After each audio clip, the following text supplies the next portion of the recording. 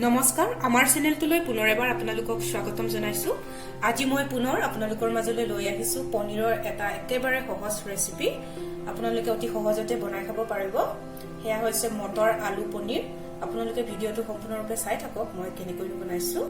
ইয়াৰ বাবে মই 200 গ্ৰাম পনীৰ এনেকুৱা শেপত কাটি লৈছো আৰু লৈছো এবাটি কেঁচা মটৰ, দুটা বিলাহী এইদৰে দীঘল দীঘল আকাৰত কাটি লৈছো, দুটা আলু এনেকৈ কাটি লৈছো, পিয়াজ লৈছো, নহৰু কেইফুটামান লৈছো, আদা লৈছো আৰু দুটা শুকান জলকীয়া লৈ লৈছো। মছলাত লৈছো সৰু চামুচেৰে 1 চামুচ জিৰা পাউডাৰ, গৰম মছলা, কাশ্মীৰী ৰেড চিলি পাউডাৰ, অলপমান লৈছো হালধি, দুখিলা তেজপাত লৈ লৈছো আৰু লৈছো মই কচুৰি মেথি, ইয়াৰ হলনি ধনিয়া পাত ল'ব পাৰে, আৰু লৈছো সোৱাদ অনুসৰি নিমখ আৰু আমাক লাগিব ভাজিবলৈ মিঠাতেল। কাঁহী এখনত অকমান তেল গৰম হ'বলৈ দিছো। প্ৰথমে পনীৰখিনি ভাজি ল'ব লাগিব।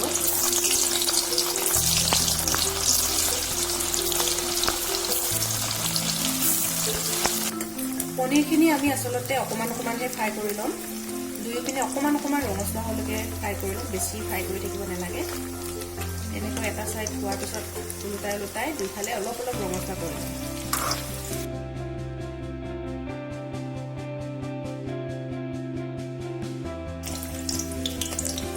এনেকৈ অকমান অকমান দুইপিনে ৰঙা হোৱাৰ পিছত মই এনেকৈ কাঢ়ি থৈ দিছো। বেছি ভাজি নাই লোৱা। আপোনালোকে আচলতে এইখিনি নাভাজাকৈও দিব পাৰে। এতিয়া একেখিনি তেলতে আলুখিনিও ফ্ৰাই কৰি ল'ম।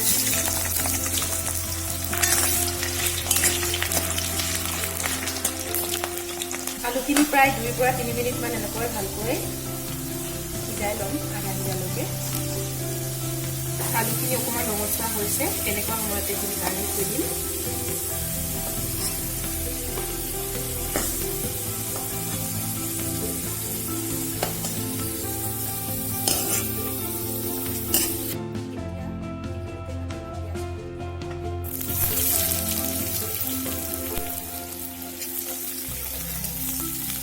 এতিয়া এইখিনি অকমান ৰঙচুৱালৈকে ভাজি ল'ম।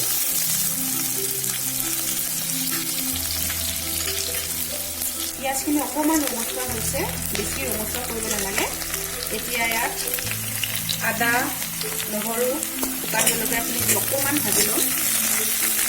মই ইয়াত গোটা গোটা নহৰু দিছোঁ, সেয়ে তাতে অকমান ভালকৈ চাই ল'ব। অকমান যেতিয়া নহৰুখিনি আৰু আদাখিনি ভালকৈ ভাজি লৈছোঁ, এতিয়া শেষত এই বিলাহীখিনি দি দিছোঁ।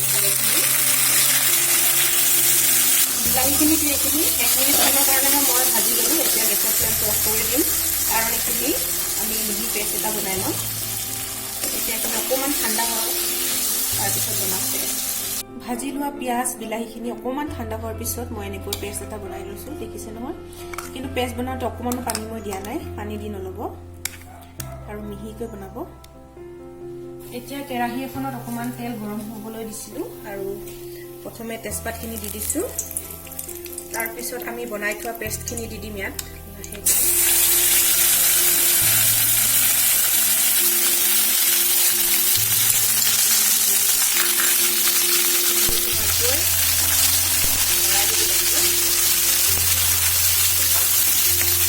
এইখিনি 2 মিনিটমান ভালকৈ আমি ভাজি ল'ম।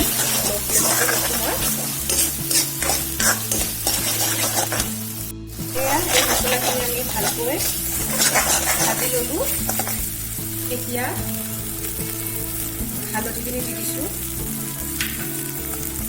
ৰেড চিলি পাউডাৰখিনি দি দিছোঁ,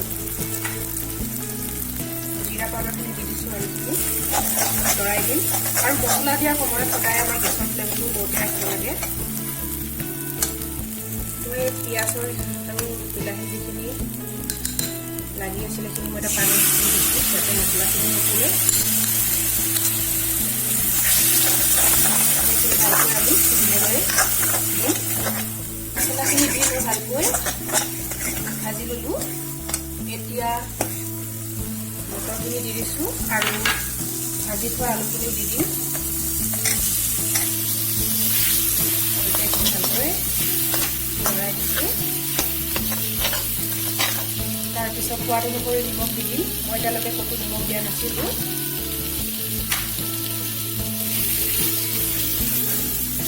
আলু মটৰ দি বেছি টাইম ভাজি থাকিব নালাগে ইয়াত মই এতিয়া 2 গিলাচ গৰম পানী দি দিম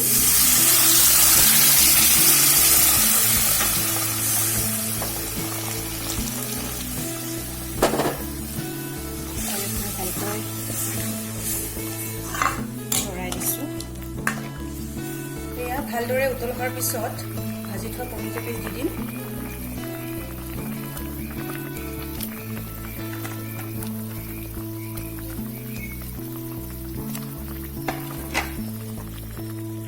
এইখিনি এবাৰ লৰাই দিছোঁ আৰু এতিয়া ঢাকনিখন দি মই 5 পৰা 10 মিনিটমান এনেকৈ থৈ দিম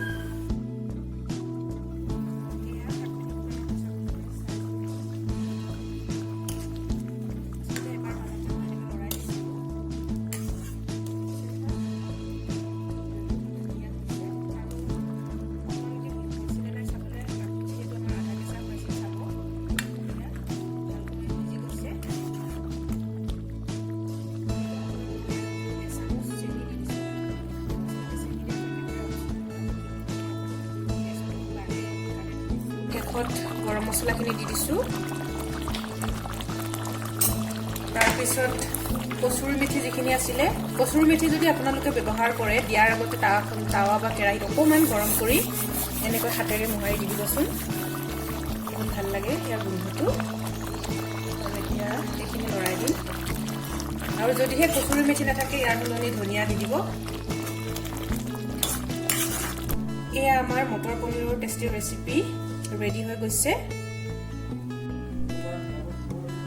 এয়া আমাৰ মটৰ আৰু পনীৰৰ এটা টেষ্টি ৰেচিপি এইদৰে আমি বনাই খাব পাৰোঁ দেখিছে নহয় কিমান সহজ হয় আৰু খাবলৈও বহুত টেষ্টি লাগে আপোনালোকেও এইদৰে বনাই খাই চাবচোন যদি এনেকৈ বনাই খোৱা নাই আৰু আজি যদি আমাৰ এই ভিডিঅ'টো আপোনালোকৰ ভাল লাগিছে তেনেহ'লে প্লিজ লাইক কমেণ্ট আৰু আমাৰ চেনেলটো ছাবস্ক্ৰাইব কৰিবলৈ নাপাহৰিব ধন্যবাদ